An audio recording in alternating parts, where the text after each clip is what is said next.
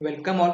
I am Mayur Jagdale and we are going through our subject maintenance of electrical equipment. आज आपण topic number 3 that is testing and maintenance of rotating machine चालू करणार आहोत. ठीक आहे. First of all we will see introduction of our chapter. ठीक आहे. आता चॅप्टरचं नाव काय? Testing and maintenance of rotating machines. ठीक आहे. आपण चॅप्टर नंबर 4 ऑलरेडी बघितला होता, that is testing and troubleshooting of transformer. Same concept आहेत, कुठल्या कुठल्या प्रकारचे टेस्ट असतात. फक्त आता ते काय सांगितले, तो तुमचा ट्रान्सफॉर्मर होता, तो कुठला होता? स्टॅटिक डिव्हाइस होता. तो कुठला आपला स्टॅटिक डिव्हाइस आहे.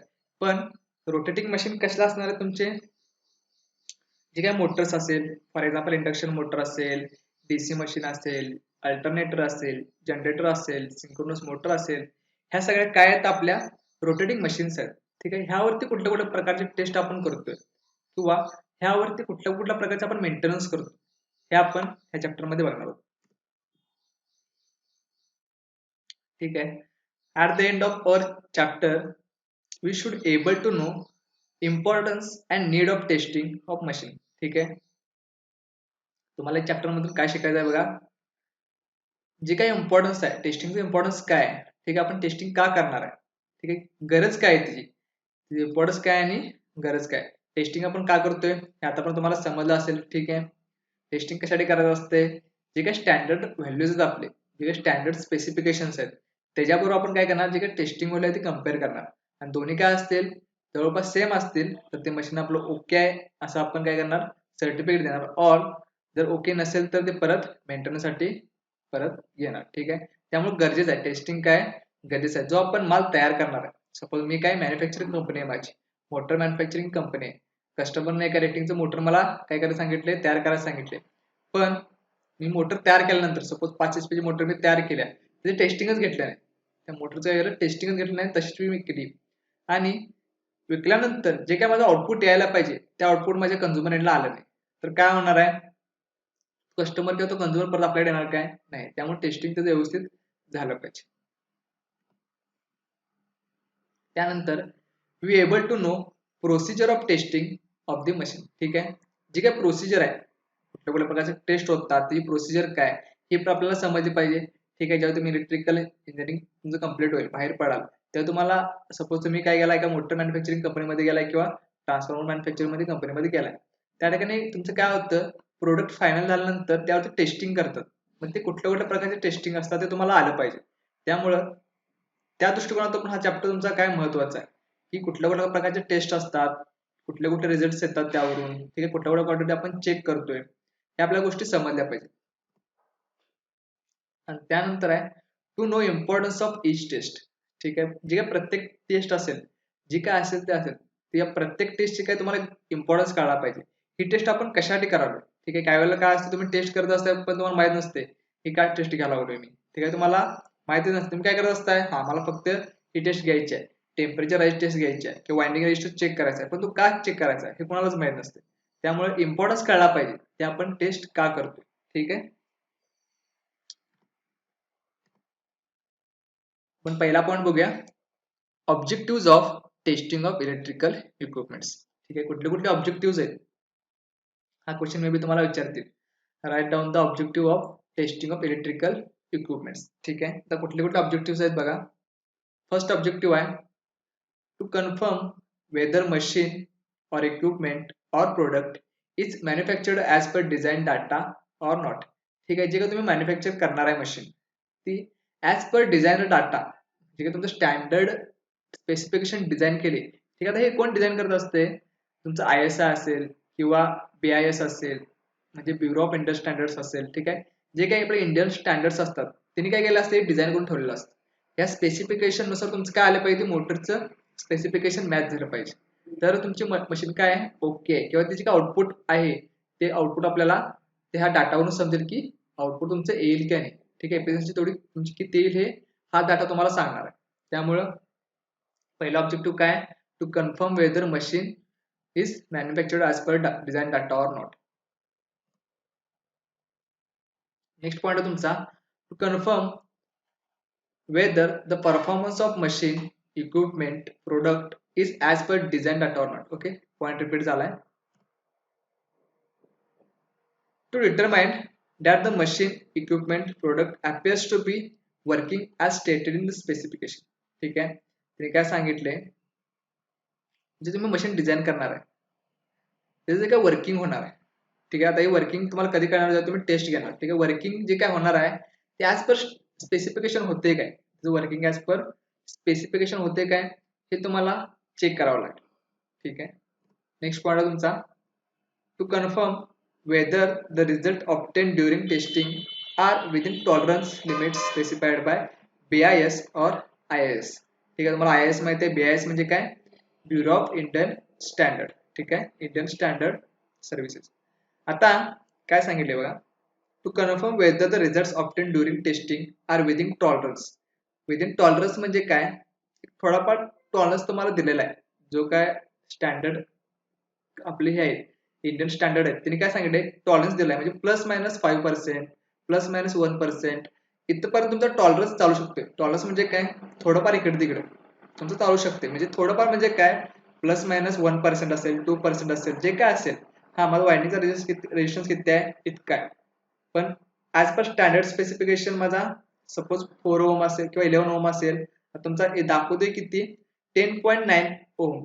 ठीक आहे, म्हणजे किती 0.1 ओमचा काय तुमचा टॉलरन्स आहे. ठीक आहे, ऍज पर स्टँडर्ड तुम्ही काय करू शकता, ते तुमचं मशीन ओके. म्हणजे हे झाला तुमचा टॉलरन्स. ओके, टॉलरन्स पर तुम्ही काय करू शकता, कन्फर्म करू शकता. नेक्स्ट आहे, if the if the variation in results are not within tolerance limit, it is necessary to modify design and material used. जर तुमचं व्हॅरिएशन असेल, जर रिझल्ट मध्ये काय असेल, व्हॅरिएशन असेल, म्हणजे जसं तुम्हाला मी आता म्हटलो टॉलरन्स म्हणजे काय. ठीक आहे, तुमचा स्पेसिफिकेशन मध्ये रेजिस्टन्स किती पाहिजे, 11 ओम आहे, आणि तुम्हाला दाखवते किती मशीनला रेजिस्टन्स 5 ओम. तर हा काय झाला, टॉलरन्स तुमचा खूप मोठा आहे, व्हॅरिएशन मध्ये खूप मोठा आहे. त्यामुळं तुम्ही काय केलं पाहिजे, ते करेक्ट केलं पाहिजे.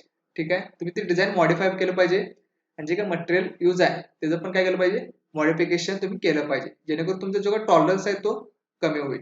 ठीक आहे, टॉलरन्स म्हणजे फक्त काय समजून घ्या, तुम्हाला हे समजेल. To provide an indication of the product reliability and quality. ठीक आहे, to provide an indication of the product reliability and quality. तुम्ही जर टेस्टिंग केला तर तुम्ही ठामपणे सांगू शकता, हा माझा प्रोडक्ट रिलायबल आहे किंवा याची क्वालिटी चांगली आहे. हे तुम्हाला कधी कळणार, तर तुम्ही टेस्टिंग करणार त्यावेळेला. To find an error in machine equipment or product. ठीक आहे, तुम्हाला काय काहीतरी इक्विपमेंट मध्ये फॉल्ट आहे पण तुम्हाला सापडत नाहीये, मग तो फॉल्ट कधी सापडणार आहे, जेव्हा तुम्ही टेस्टिंग करणार. जेव्हा तुम्ही काय करणार, टेस्टिंग करणार, त्यावेळी तुम्हाला काय तो एरर भेटून जाईल. To find defects in machine. Okay, काही डिफेक्ट्स असतील, काही गोष्टी डॅमेज झाल्या असतील, तर त्या कशा फाइंड आउट करणार तुम्ही, सेम टेस्टिंग करणार, आणि ज्या गोष्टी डॅमेज झाल्या त्या तुम्हाला टेस्टिंग मध्ये मिळून जातील. ठीक आहे, म्हणजे हे 2 पॉईंट्स पण इम्पॉर्टंट आहेत, तुमचे एरर पण कळतील टेस्टिंग मधून, आणि तुमचे जे काही डिफेक्ट्स आहेत ते पण तुम्हाला समजतील. Testing all respect is also required when new design or modified design is used to check whether the new product work as per revised design or not. तुम्ही काय केले, नवीन प्रोडक्ट डिझाईन केले. ठीक आहे, किंवा प्रोडक्टचं मॉडिफिकेशन केले, पण जे तुम्ही नवीन प्रोडक्ट डिझाईन केले त्याच पर जे काय डाटा आहे किंवा जे काय डिझाईन आहे तुमचं प्रॉपरली मॅच होते का याच्याबरोबर, तुमचं चेक करण्यासाठी आपण काय करतो, टेस्टिंग करतो. न्यूली मॉडिफाईड डिझाईन असेल तर तुमचं काय वेळा प्रॉब्लेम्स येतात. ठीक आहे, कंटिन्युअस तुमचं प्रोडक्शन चांगलं आहे, ओल्डचं जर प्रोडक्शन चालू आहे तर ते काय असतात, एवढे प्रॉब्लेम्स येत नाहीत. पण नवीन प्रोडक्ट तुम्ही एखाद्या डिझाईन करताय त्यावेळी जे काय स्टँडर्ड स्पेसिफिकेशन्स आहेत ते तुमचे मॅच झाले पाहिजे. ठीक आहे, त्यामुळे हा पण एक ऑब्जेक्टिव्ह आहे. आय होप तुम्हाला समजले असतील ऑब्जेक्टिव्ह. पूर्ण थेरी पार्ट आहे, यामध्ये वेगळं असं काही नाहीये. तर ऑब्जेक्टिव्ह म्हणजेच काय, इलेक्ट्रिकल आपल्याला का टेस्टिंग का करायचं आहे, मशीनचं टेस्टिंग का करायचं आहे, एवढं फक्त डोक्यात ठेवा, तुम्हाला आपोआप पॉईंट्स आठवतील ते. ठीक आहे, फक्त कुठले कुठे पॉईंट्स आहेत त्याच्यावर फक्त नजर टाका. नेक्स्ट पॉईंट आहे, roles of bureau of Indian standards in testing of electrical equipment. ठीक आहे, BIS चा रोल काय असतो, रोल काय, आपण म्हणालोय BIS स्टँडर्ड्स पाहिजे, ISO स्टँडर्ड पाहिजे, आता हे काय असते बघूया. The bureau of Indian standard BIS, the national standards body of India. ठीक आहे, इंडियाची national standards body. responsible for formulating Indian standard was established under Bureau of Indian Standard Act 1986. 1986 जो काय BIS ऍक्ट आहे त्याच्या अंडर काय झालं तुमचं हा तयार झालाय रूल ठीक आहे मग तो काय सांगतोय हा रूल रिस्पॉन्सिबल आहे कशासाठी फॉर्म्युलेटिंग ऑफ इंडियन स्टँडर्ड्स ठीक आहे जे काही इंडियन स्टँडर्ड आहे ते हा रूल्स तुमचे चालतात आता दुसरा पॉईंट काय सांगितलं बघा to protect the interest of consumer ठीक आहे आता कन्झ्युमरच्या डोक्यात काय असते की बाबा हे इक्विपमेंट माझं चांगल्या क्वालिटीचं आहे की ठीक आहे त्याचा इंटरेस्ट एका गोष्टीत असतोय पण तो कन्फर्म नसतोय की बाबा आम्ही इक्विपमेंट बाय करतो त्या डोक्यात तेच चालू असते हे बाबा टिकेल काय ठीक आहे व्यवस्थित आहे काय व्यवस्थित चालेल काय आउटपुट देईल काय मग त्याचं ही जी काही शंका आहे त्या शंकेचं निरसन कधी होणार आहे ज्यावेळी तुम्ही त्यावरती स्टँडर्ड मार्क टाकाल BIS स्टँडर्ड आहे ISO स्टँडर्ड आहे ह्याच्यावर तुम्ही स्टँडर्ड मार्क टाकाल त्यावेळी काय होते कन्झ्युमर काय होते पूर्णपणे खात्रीशीर तो प्रोडक्ट बाय करू शकतो म्हणजे तो प्रोटेक्शन त्याला त्या ठिकाणी मिळते त्या कन्झ्युमरला काय मिळते प्रोटेक्शन मिळते